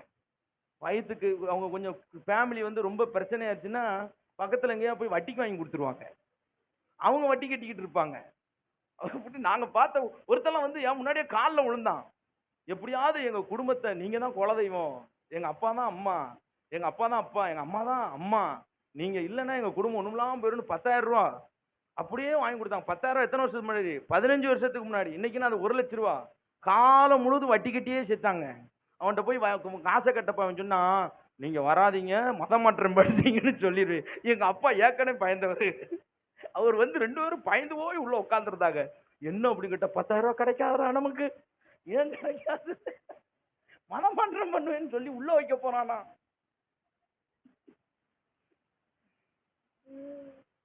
அதுல சவுந்தரவாண்டி அன்னை முயற்சி தான் அந்த 10,000 ரூபாய் என்ன செஞ்சு திரும்ப வந்துச்சு. இப்படி நிறையா அந்த இறக்கம் எனக்கு இருந்துச்சு பாருங்க. ஒரு 5 வருஷத்துக்கு முன்னாடி அப்பதான் இந்த குழா தண்ணி போடுங்க, நல்ல தண்ணி போடுங்கன்னு சவையில இருந்து ஒரு 10,000 ரூபாய் கொடுத்தாங்க. அது அந்த அம்மா பார்த்துக்கிட்டே இருந்துச்சு. அந்த தெருல பாஸ்டர் என் பிள்ளைய படிக்க ஒரு 10,000 ரூபாய் கொடுங்க அப்படின்னு சொல்லிச்சு. அன்னைக்கு கொடுத்ததுதான் 5 வருஷம் தண்ணி போட முடியல எங்களால. நல்ல தண்ணி போட முடியாம காரணம் யார் தெரியுமா? இறக்கம். இறக்கம் இருந்தா பிரச்சனை இருக்கு இல்லைன்னு சொல்ல, ஆனா யாருக்கும் என்ன செய்யாம இருந்துடாதீங்க. மனிதர்களுடைய குணம் எப்படினாலும் இருக்கலாம், ஆனா நாம இறங்காம என்ன செய்யக்கூடாது? என்ன செய்யக்கூடாது? மண்டே ஆட்டுங்க. ஆனா யாருக்கும் என்ன செஞ்சாதீங்க? இறங்கவே இறங்காதீங்க. லேலியா சொல்லுங்க. ஹல்லேலூயா. ஆமென். தான தர்மம் பண்ணணும். இஸ்ரவேலுக்கு பிரமாணம் கர்த்தர் கொடுத்தார். இஸ்ரவேலுக்கு பிரமாணம் கர்த்தர் கொடுத்தார். என்ன பிரமாணம் கொடுத்தார் தெரியுமா? அவர்களுக்கு தசம பாகம் என்கிற பிரமாணத்தை கர்த்தர் கொடுத்தார். தசம பாகம் என்று சொல்வது இஸ்ரவேலர்களுக்கு எத்தனை % கேட்டீங்கன்னா 100க்கு 30%. 100க்கு 30%. 100க்கு எத்தனை %? 30%. என்னாகமத்தின் புத்தகம் 18ஆம் அதிகாரத்தை எடுத்துக்கொள்ளுங்க. 26ஆம் வசனத்தை வாசிங்க. என்னாகமத்தின் புத்தகம் 18ஆம் அதிகாரம் 18ஆம் அதிகாரம் 26ஆம் வசனத்தை வாசிங்க. நீ லேவியரோடு சொல்ல வேண்டியது என்னவெனில், இஸ்ரவேல் புத்திரர் கையில் வாங்கிக் கொள்ளும்படி நான் உங்களுக்கு சுதந்திரமாக கொடுத்த தசம பாகத்தை நீங்கள் அவர்கள் கையில் என்ன செய்ய வேண்டும்? வாங்கும்போது தசம பாகத்தில் 10ல் ஒரு பங்கை கர்த்தருக்கு ஏறெடுத்து படைக்கும் படைப்பாக நீ என்ன செய்யணும்? செலுத்த வேண்டும். லேவியன் ஆசாரியனுடைய கையில தசம பாகத்தை கொண்டு வந்து கொடுக்கணும். அது யார் கையில கொடுக்கணும்னா லேவி ஆசாரியனுடைய கையில கொடுக்கணும். அந்த அந்த தசம பாகம் எதற்குன்னு கேட்டா 31ஆம் வசனத்தை வாசிங்க பார்க்கலாம். 31ஆம் வசனத்தை வாசிங்க. அதில் நீங்களும் உங்கள் குடும்பத்தாரும் எவ்விடத்திலும் புசிக்கலாம். அது நீங்கள் ஆசாரிய கூடாரத்தில் செய்யும் பணிவிடைக்கு ஈடான உங்கள். அப்ப சர்ச்சில் பாஸ்டருக்கு கொடுக்கிற தசம பாகம் அவருக்கு என்னதுன்னு பைபிள் சொல்லுது. சத்தமா சொல்லுங்க. எத்தனை பேர் சம்பளம் கொடுக்காம ஓடுறீங்க? சம்பளம் கொடுக்காம. பைபிள் ரொம்ப தெளிவா சொல்லுது, அது ஆசாரியர்கள் கையில கொடுக்க வேண்டியது. அது என்னன்னு கேட்டீங்கன்னா ஆசரிப்பு கூடாரத்திலே பணிவிடைக்கு ஈடான அது என்னது? சம்பளம். அத அவர் என்னன்னாலும் செய்யலாம். பைபிள் சொல்லுது என்னன்னாலும் செய்யலாம், எப்படினாலும் செய்யலாம், எப்படினாலும் புசிக்கலாம். அது கேள்வி கேட்க யாருக்கு என்ன கிடையாதாம்? அதிகாரம் கிடையாது. ரொம்ப ஆஃப் ஆயிருச்சு வண்டி. உபாகமம் 17ஆம் அதிகாரம் 22ஆம் வசனத்தை வாசிங்க. அதுல ஒரு தசம பாகம், அது 2வது ஒரு % வாசிங்க. 22 14 22. என்ன? உபாகமம் 14 22.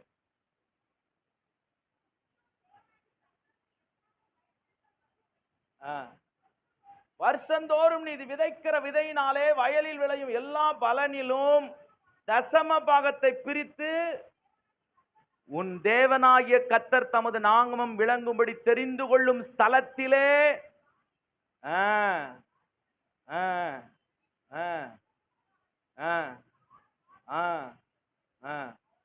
சந்நிதியில் என்ன செய்யணும்? கொண்டு வந்து. இது என்ன தசம்பாகம்னா கன்வென்ஷன் தசம்பாகம். இந்த வருஷம் கன்வென்ஷன் நடந்துச்சு. தசம்பாகத்தை பிரிச்சு கொடுத்தீங்களா? கன்வென்ஷன் கணக்கிலே சேர்த்துட்டீங்களா? இந்த முழிக்கிய திருன்னு சொல்லுங்க. என்ன முழிக்கீங்க? நீங்க கொடுக்கிற மக்கள் கன்வென்ஷன் தசம்பாகம். சரியா? என்னென்னது கொடுக்கணுமா? தானத்திலும் தானியத்திலும் திராட்சரசத்திலும் எண்ணெயிலும். சரி, 3வது ஒன்று இருக்குது. உபாகமம் 14ஆம் 28ஆம் வசனத்தை வாசிங்க. 28ஆம் வசனம். 3ஆம் வருஷத்தின் முடிவிலே அவ்வருஷத்திலே உனக்கு வந்த பலன் எல்லாவற்றிலும் தசம பாகத்தை பிரித்து உன் வாசல்களில் வைக்க கடவாய். லேவியனுக்கும் உன்னோடு பங்கும் சுதந்திரமும் இல்லாதபடினாலே அவனும் உன் வாசல்களில் இருக்கிற பரதேசி திக்கற்றவன் வெதவ வந்து புசித்து திருப்தி அடையணும். அது என்ன கொண்டு வரும்னு கேட்டா, உங்கள் கை செய்யும் வேலைகளில் எல்லாம் உன் தேவனாகிய கர்த்தர் உன்னை என்ன செய்வாராம்? இந்த 3வது தசமம் இதை என்ன செய்யணும்? யாருக்கு கொடுக்கணும்னா திக்கற்றவர்களுக்கு, ஏழைகளுக்கு. ஒரு ஆள் மார்ட்டின் பிரதரோட பேசிக்கிட்டு இருந்தேன். அவங்க வீட்டம்மா வந்து சொன்னாங்க, பாஸ்டர் அவருக்கு ரொம்ப இறக்க குணம் பாஸ்டர், யார் கேட்டாலும் கொடுத்துருவாரு. நான் அவர்கிட்ட கேட்டேன், என்ன பிரதர் அப்படின்னு. பாஸ்டர் அது என் கேரக்டர், சாகிற வரையும் அதை என்ன செய்ய முடியாது, மாற்றவே முடியாது. கொடுக்கறத நான் என்ன செய்வேன்? கொடுப்பேன். என்னை ஏமாத்துறவன் எவனும் என்ன செஞ்சுட்டு போகிறான்? ஏமாத்திட்டு போகிறான். இப்போ ஒரு யோசனை வரும், சவுல் கொண்டது 1000, தாவீது கொண்டது 10000. யாரையா ஒருத்தர் போனதோன்னு நமக்கு என்ன வருது? அவரை மட்டும் பாஸ்டர் சொல்றாரு. அப்படி வார்த்தையை கேட்டுக்கிட்டே இருங்க. 30% இது 1% பிரித்து பாஸ்டருக்கு சம்பளமாக கொடுக்காங்க. 1% கன்வென்ஷனுக்குன்னு ஒதுக்கி வைக்காங்க. 1% யாருக்கு கொடுக்குறாங்க? ஏழைகளுக்கும் திக்கற்றவர்களுக்கும். கைகளை உயர்த்தி ஆண்டவரே எனக்கு கொடுக்குற கையா மாத்துங்க.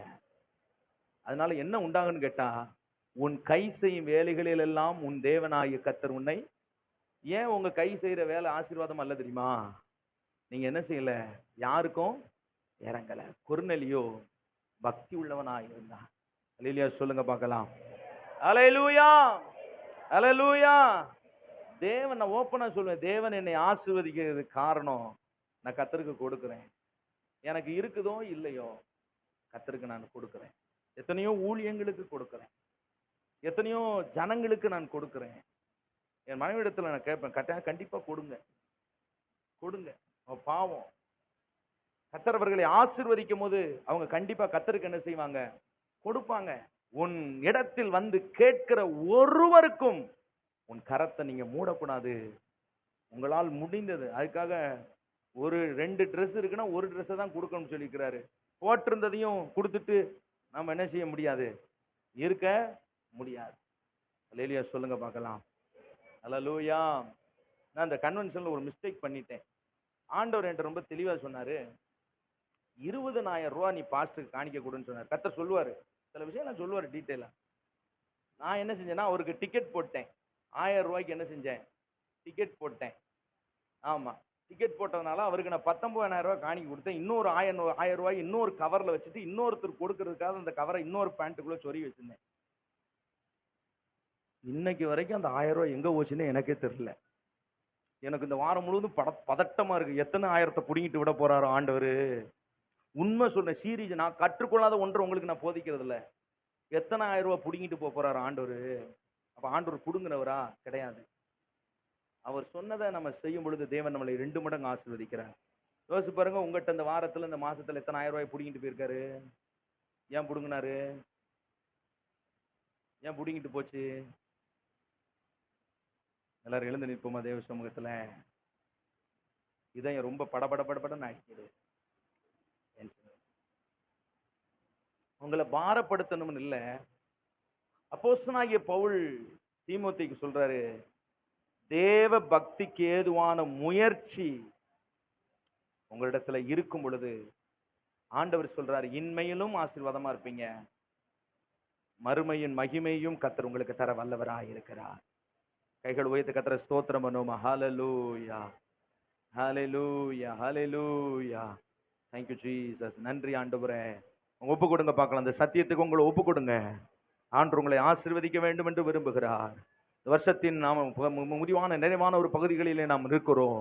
ஆண்டவரே என்னை பலப்படுத்தும் ஆண்டவரே. ஆண்டவரே நான் ஒரு தேவ பக்தி உள்ள குடும்பமா என்னை மாற்றும் ஆண்டவரே. என்னை நீர் தெரிந்தெடுத்திருக்கிறீர் ஆண்டவரே. ஹல்லேலூயா. தெரிந்து கொண்ட அனனியாவை குறித்து நாம் பார்க்கிறோம்.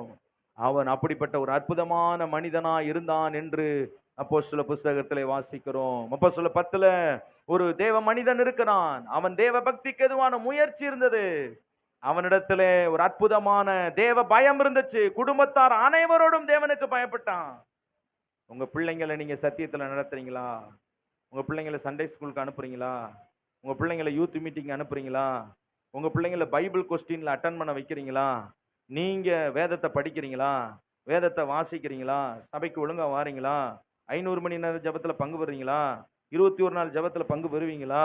இந்த தேவ பக்திக்கு எதுவான முயற்சி உங்களை எங்க கொண்டு போகணும்னு கேட்டா ஆசீர்வாதத்துக்கு கொண்டு போகணும். 2026 உங்களுக்கு ஆசீர்வாதமா இருக்கணுமா?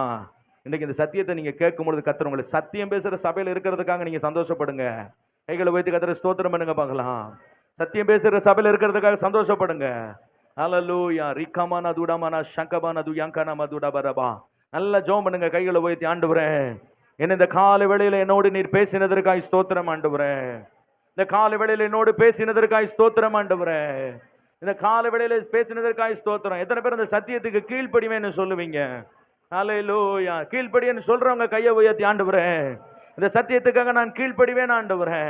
கீழ்ப்படியும் போது கர்த்தர் உங்களை மேன்மைப்படுத்த அவர் வல்லவராய் இருக்கிறார்.